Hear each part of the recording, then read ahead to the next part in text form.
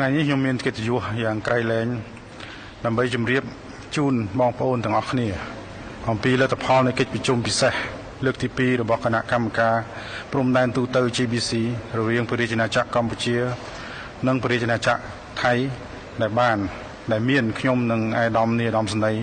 ណត្តផនណាក់ផានិតរដ្ឋមន្ត្រីក្រសួងការពារជាតិនៃព្រះរាជាណាចក្រថៃជាសហប្រធាននឹងក្រុមការធ្វើជាសាក្សីនិងសង្កេតការដោយប្រធានក្រុមការងារអ្នកសង្កេតការអន្តរកាល IOT ប្រចាំប្រទេសកម្ពុជានិងថៃអនុព័ន្ធយោធាសហរដ្ឋអាមេរិកប្រចាំនៅកម្ពុជាម៉ាឡេស៊ីនិងថៃនិងតំណាងកងទ័ពម៉ាឡេស៊ី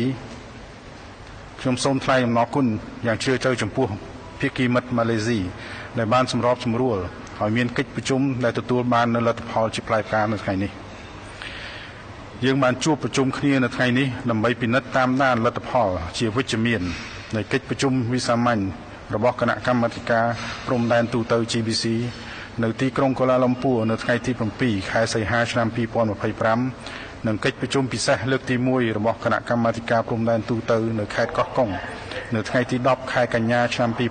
2025ដើម្បីសម្រេចបាននូវឯកសារសំខាន់ជាច្រើនដែលមានធាតុចូលសម្ដៅពង្រឹងកិច្ចសហប្រតិបត្តិការជាក់ស្ដែងនិងលើកកម្ពស់សន្តិភាពស្ថិរភាពរវាងប្រទេសទាំងពីរនិងវិលត្រឡប់យ៉ាងឆាប់រហ័សទៅរកប្រក្រតីភាពឡើងវិញចាប់ពីថ្ងៃទី20ខែតុលាឆ្នាំ2025រហូតមកដល់ថ្ងៃនេះក្រុមការងារលេខាធិការដ្ឋានរបស់យើងទាំងពីរបានជួបប្រជុំគ្នានៅក្នុងទីក្រុងកូឡាឡំពួរក្រោមបរិយាកាសប្រកបដោយភាពស្និទ្ធស្នាល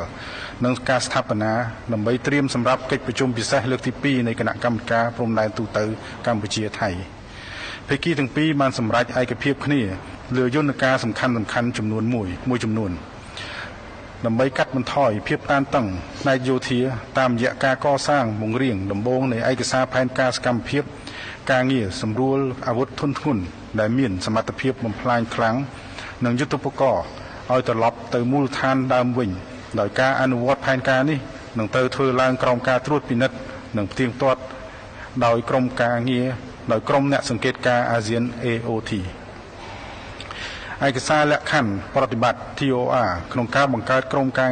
មអ្នកសង្កេតការអាស៊ាននេះបានចុះហត្ថលេខារួចរាល់ដោយសហប្រធាន GBC នៅថ្ងៃនេះរួចហើយភាគីទាំងពីរបានឯកភាពគ្នាទៅលើនិយមនីតិវិធីប្រតិបត្តិ SOP ចំពោះការងារដោះមានមនុស្សធម៌សម្ដៅចូលរួមចំណែកដោយផ្ទាល់ដល់ការអភិវឌ្ឍសេដ្ឋកិច្ចសង្គមនិងការការពារដល់អាយុជីវិតរបស់ប្រជាពលរដ្ឋព្រមទាំងធានាបាននូវការរក្សាអធិបតេយ្យភាពនិងបូរណភាពទឹកដីយើងក៏បានឯកភាពគ្នាផងដែរលើផែនការសកម្មភាពនិងកិច្ចសហប្រតិបត្តិការដើម្បីទប់ស្កាត់និងបង្ក្រាបបទល្មើសឆ្លងដែនរួមបញ្ចូលទាំងការឆោបបោកតាមប្រព័ន្ធវិទ្យា Cyber Scam និងការជួញដូរមនុស្សរវាងនគរបាលជាតិកម្ពុជានិងនគរបាលជាតិថៃភាគីទាំងពីរបានបញ្ជាក់សារជាថ្មីពីការគាំទ្រដល់កិច្ចខិតខំប្រឹងប្រែងរបស់ស្ថាប័នពាក់ព័ន្ធរបស់ប្រទេសទាំងពីរក៏ដូចជាការចែករំលែកព័ត៌មានដោយធានាថាបញ្ហាទាំងនេះនឹងត្រូវបានដោះស្រាយស្របតាមច្បាប់ជាតិនិងគោលការណ៍មនុស្សធម៌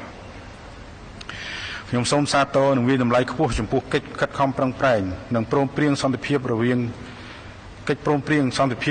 ប្រទេសកម្ពុជានិងថៃដែលគ្រោងនឹងចុះហត្ថលេខានៅថ្ងៃទី26ខែតុលាឆ្នាំ2025នៅទីក្រុងកូឡាឡំពួរប្រទេសម៉ាឡេស៊ីក្រោមការជួយសម្របសម្រួលដោយសហរដ្ឋអាមេរិកនិងប្រទេសម៉ាឡេស៊ីក្នុងស្មារតីបង្កើតជំនឿទុកចិត្តនិងភាពជឿជាក់ទៅវិញទៅមកព្រមទាំងការបដិញ្ញាចិត្តក្នុងការធ្វើឲ្យប្រសើរឡើងនៃទំនាក់ទំនងនិងការវិលត្រឡប់ទៅរកប្រក្រតីភាពឡើងវិញនៃប្រទេសទាំងពីរសភាពការនេះក៏នឹងបង្កលក្ខណៈចំពោះការដោះលែងទាហានកម្ពុជាចំនួន18នាក់ក្រោមការចុះហត្ថលេខាលើកិច្ចព្រមព្រៀងសន្តិភាពទីក្រុងកូឡាឡំពួរនេះភាគីទាំងពីរបានព្រមព្រៀងគ្នាថាយើងនឹងរៀបចំកិច្ចប្រជុំពិសេសលើកទី3នៃគណៈកម្មាធិការព្រំដែនទូទៅ GBC នៅក្នុងរយៈពេល90ថ្ងៃឬតាមសេចក្តីត្រូវការចាំបាច់ណាមួយបន្ទាប់ពីកិច្ចប្រជុំនេះ